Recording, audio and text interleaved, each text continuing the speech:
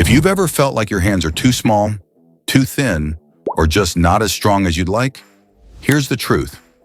You can't change your bone structure once your growth plates have closed, but you absolutely can change the size, thickness, and strength of your hands. And when you understand the science behind how your hands actually work, you realize something powerful. Hand size, in terms of muscle and density, is highly trainable. Let's break this down properly. Each of your hands contains around 19 intrinsic muscles. These are the small muscles inside your palm that control fine motor movements and contribute to that meaty look when someone has thick, developed hands. But here's what most people don't know. The majority of your grip strength and much of the thickness you see in strong hands doesn't come from those tiny muscles. It comes from two large, powerful muscles in your forearms, the flexor digitorum profundus and the flexor digitorum superficialis. These muscles start in your forearm and run down into your fingers through long tendons. When you close your hand, when you grip something tightly, when you crush a handle or hang from a bar, these are the muscles doing the heavy lifting. That's why people with massive grip strength often have thick forearms. Look at rock climbers. Their fingers are thicker, their forearms are visibly larger and denser. Their hands look solid. That isn't genetics alone. Research on elite climbers shows that repeated loading of the fingers and forearms increases muscle cross-sectional area, strengthens tendons, and even improves bone density over time.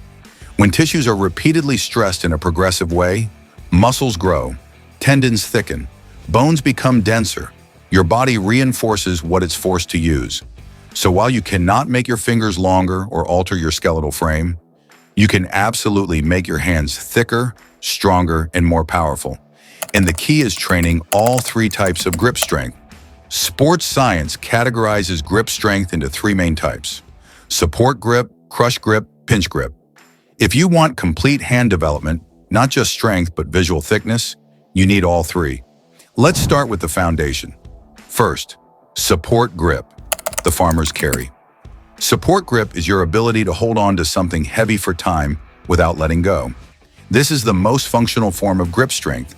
It's what you use when carrying groceries, lifting suitcases, holding onto a pull-up bar, or moving heavy objects. The farmer's carry is one of the most effective exercises you can do for this. Here's how it works. Grab a heavy dumbbell or kettlebell in each hand. Stand tall with the weights at your sides. Keep your shoulders pulled back, your chest upright, and your core braced. Then walk. That's it. Walk forward for distance or time.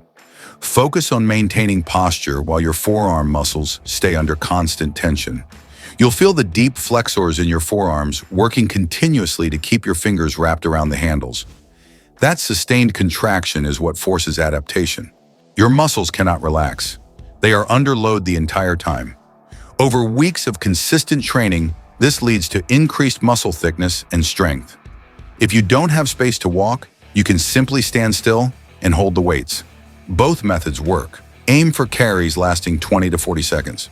When you can comfortably exceed 30 seconds, increase the weight. Now let's move to the second type. Second, crush grip.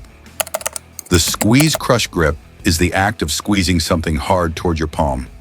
Think of shaking someone's hand firmly or crushing a can. This is different from simply holding something heavy. It's active compression. The harder you squeeze, the more those forearm flexors must contract. Research shows that gripping thicker objects increases muscle activation. A thicker handle forces your hand into a slightly more open position, requiring greater force production to close it. The most effective tool here is a hand gripper. To use it correctly, position one handle deep into your palm and the other against your fingers. Squeeze until the handles touch. Hold that fully closed position for about 1 second. Then slowly release. That slow control matters. Perform 8 to 15 repetitions per set. If you can easily exceed 15 reps, the resistance is too light. The final reps should feel challenging and create a deep burn in your forearms. No gripper? No problem. Use a tennis ball or stress ball. Squeeze as hard as possible, hold for a few seconds and release slowly. The principle remains the same: maximum force, controlled movement. Now we move to the third and often neglected category. Third, pinch grip, the width builder. Pinch grip targets your thumb and the muscles at the base of your palm, known as the thenar muscles. These muscles create that thick pad below your thumb, which contributes significantly to how wide and full your hands appear. Instead of wrapping your entire hand around an object, Pinch grip involves holding something between your thumb and fingertips. The classic exercise is the plate pinch. Take two flat weight plates, place them together with the smooth sides facing outward. Pinch them between your thumb on one side and your fingers on the other. Lift and hold. Start light. If you're new, use smaller plates. Aim for 20 to 30 seconds per hold. Perform 2 to 3 sets. As it becomes easier, increase the weight or extend the hold time. This movement specifically strengthens the thumb muscles that other grip exercises don't emphasize as heavily. Over time, developing this area makes your hands look visibly thicker and more powerful. Now here's something most people overlook. Grip strength isn't just about aesthetics or performance. It's a biomarker of health. Large population studies have shown that weaker grip strength correlates with higher risks of cardiovascular disease and earlier mortality. In some cases, grip strength predicted cardiovascular death more accurately than blood pressure. A simple measure of how hard you can squeeze is strongly linked to longevity. Strong grip strength reflects overall neuromuscular health, muscle mass. Training your hands isn't just about looking strong, it's about being strong. Research in social psychology shows that individuals with firmer handshakes are perceived as more confident. First impressions matter. A strong handshake signals competence and presence. But here's where most people make a mistake. They train only closing movements. Every grip exercise we discussed involves flexion, closing the hand. But your forearm also contains extensor muscles responsible for opening the hand. If you only train closing and neglect opening, you create imbalance. Over time, that imbalance can contribute to tendon irritation, tennis elbow, and wrist pain. The solution is simple. Train your extensors. Place rubber bands around your fingers and thumb. Open your hand against resistance. Spread your fingers wide, then return slowly. Perform 15 to 30 repetitions. Sports medicine experts often recommend balancing flexion and extension work to maintain tendon health and reduce injury risk. Now let's talk about tendon strength. Tendons adapt more slowly than muscles. If you want long-term durability, you must train them properly. One of the most effective methods is eccentric training. Eccentric refers to the slow, controlled lengthening phase of a movement. With a gripper, you can close it using both hands to help overcome resistance. Then remove one hand and slowly let it open, using only the working hand. Control that negative phase for several seconds. Research shows eccentric training stimulates collagen remodeling and strengthens tendons over time. Consistent eccentric work performed over 6 to 12 weeks has been shown to significantly improve tendon resilience and reduce pain. Recovery matters too. After intense grip sessions, some athletes use contrast baths, alternating warm and cold water immersions for the hands. Warm water increases blood flow. Cold reduces inflammation.